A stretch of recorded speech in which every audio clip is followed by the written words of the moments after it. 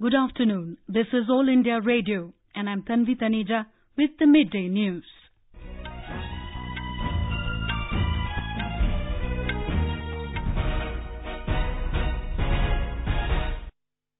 The headlines. Prime Minister Narendra Modi to lay foundation stone of India International Convention and Expo Centre in New Delhi this evening. Government hikes interest rate of small savings between 30 to 40 basis points for the third quarter of the current financial year. Supreme Court extends deadline given to Enforcement Directorate by 3 months to complete the Aircel Maxis deal probe.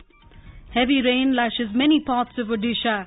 Met Department issues cyclone warning for today. Prime Minister Shinzo Abe re-elected as the leader of Liberal Democratic Party, set to become Japan's longest-serving premier. And PV Sindhu enters quarterfinals of China Open Badminton.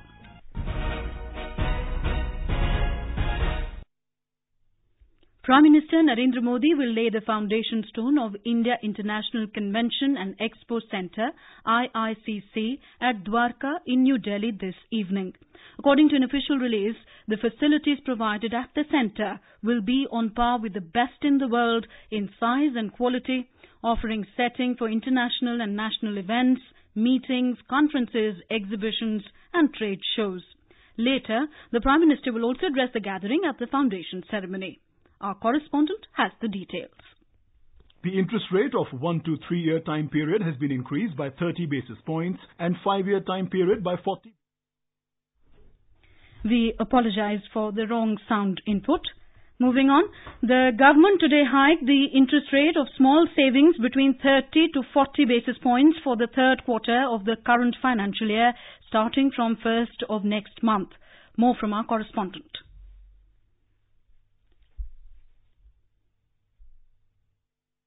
The 3 year time period has been increased by 30 basis points and 5 year time period by 40 basis points. The interest rates on 5 year recurring deposit and senior citizen savings scheme have also been increased by 40 basis points. 5 year National Savings Certificate and Public Provident Fund scheme will now fetch 8% interest rates instead of existing 7.6%. The interest rate on Kisan Vikas Patra will now be 7.7%, while Sukanya Samriddhi account scheme will have 8.5% interest rate annually. With Anand Kumar's report, this is Sabi Hassan Khan, AIR News. The Supreme Court today extended by 3 months the deadline given to the Enforcement Directorate ED to complete the probe in the Aircel Maxis deal case. A bench of Justices A.K. Sikri and Ashok Bhushan said the probe should be completed in 3 months. Additional Solicitor General Tushar Mehta, appearing for the ED, said the agency needs some 2 to 3 months to complete the probe. The Apex Court had in March given the ED a 6-month deadline to complete the probe in the case. The ED is probing a money laundering case in the Aircel Maxis matter arising out of 2G spectrum cases. The Supreme Court today said that the newly appointed Acting Director General of Police, DGP of Jammu and Kashmir, shall continue in office till the Union Public Service Commission UPSC takes a decision on the matter. A bench of Chief Justice Deepak Mishra said Acting DGP Dilbag Singh, who replaced SP Vaid, shall continue to operate and asked the UPSC to take a decision within 4 weeks on suitability of senior police officers who can be appointed as police chief in the state.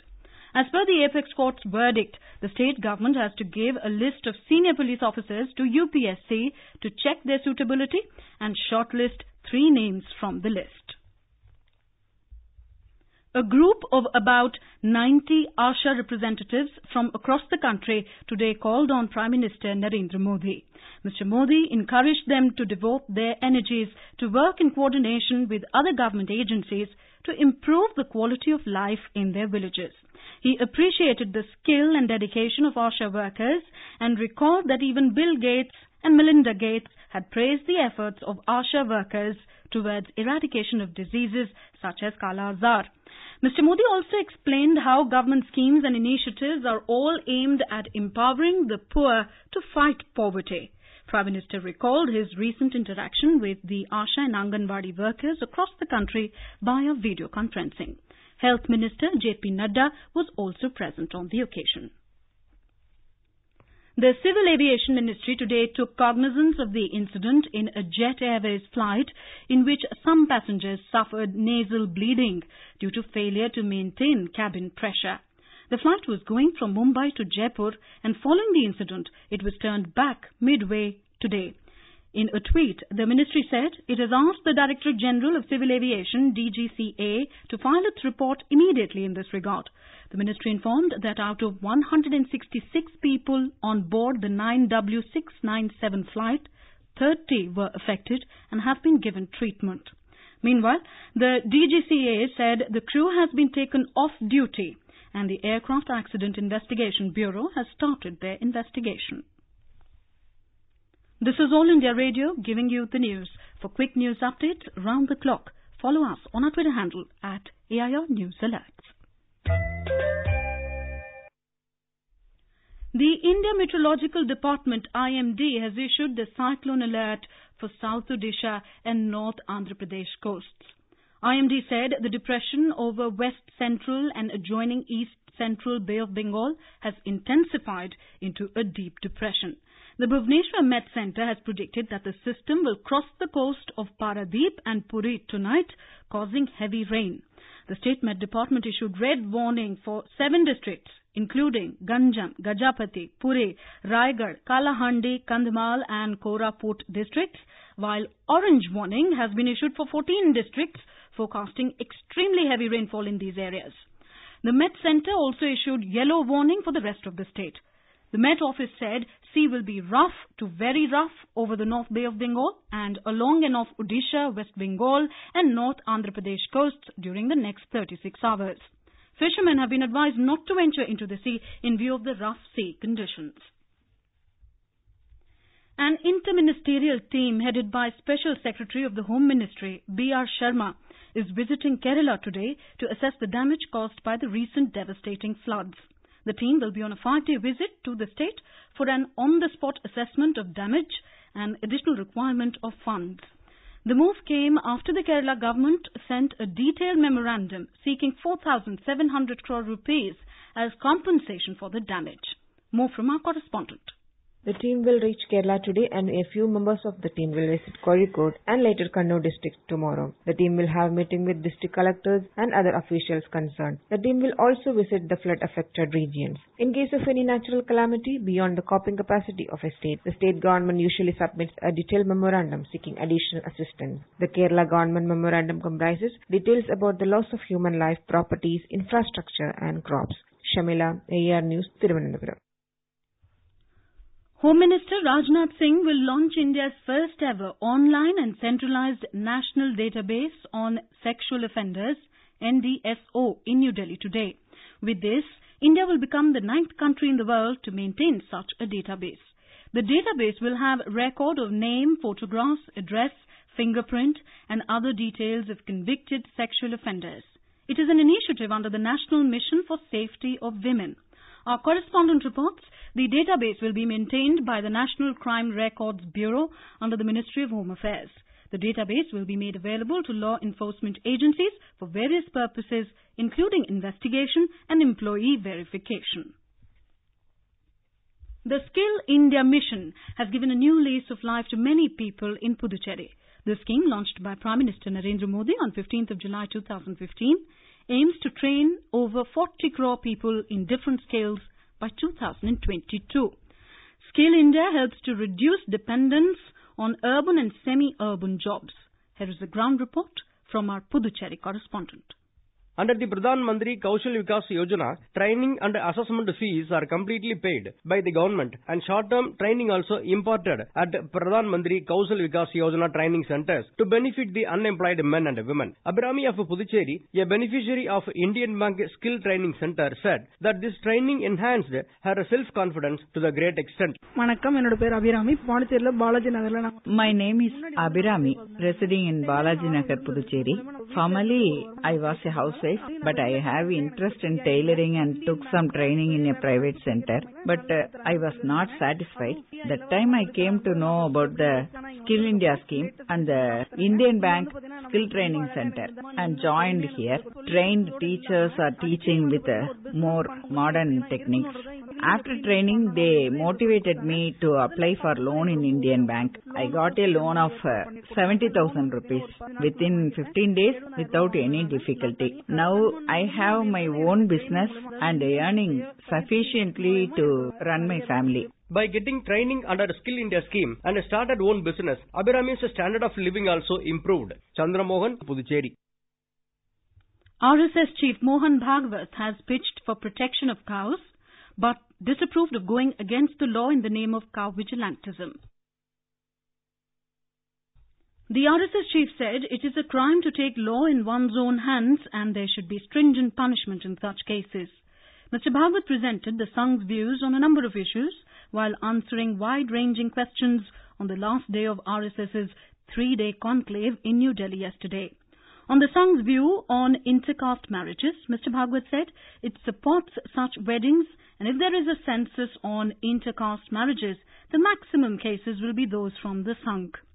Expressing anguish over crime against women, he said, an environment needs to be created where women feel safe and secure.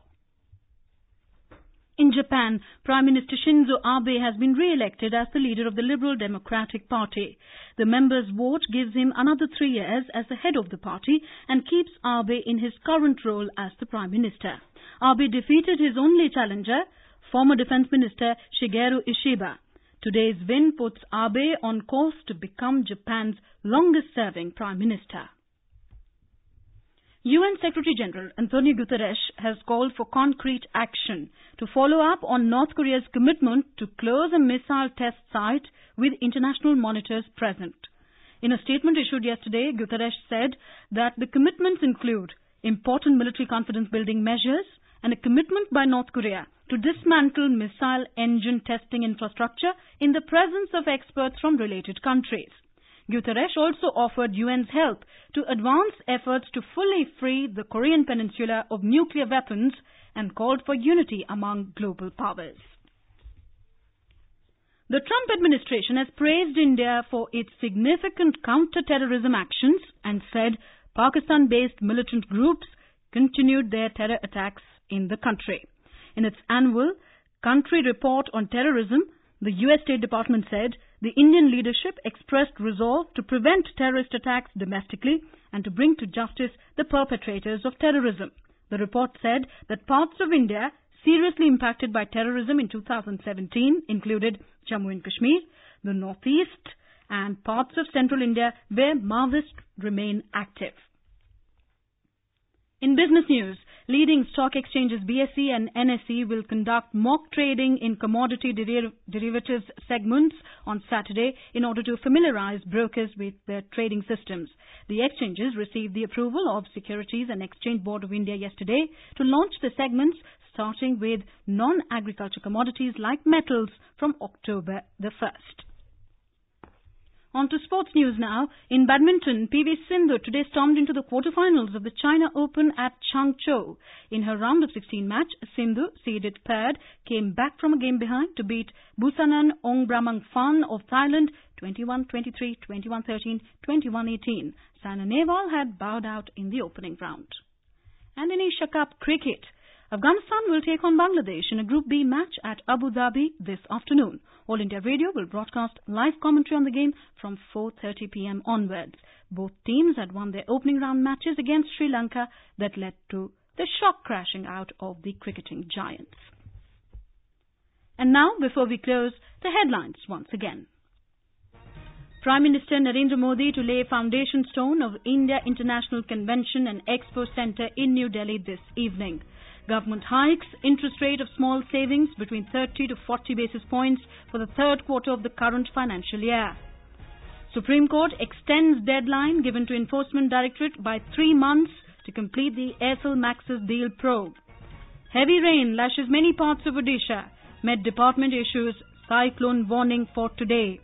Prime Minister Shinzo Abe re-elected as the leader of Liberal Democratic Party, set to become Japan's longest-serving premier. And in sports, PV Sindhu enters quarterfinals of China Open Badminton. And for details of these stories and more, you can log on to our website www.newsonair.nic.in. And with that, we end the midday news.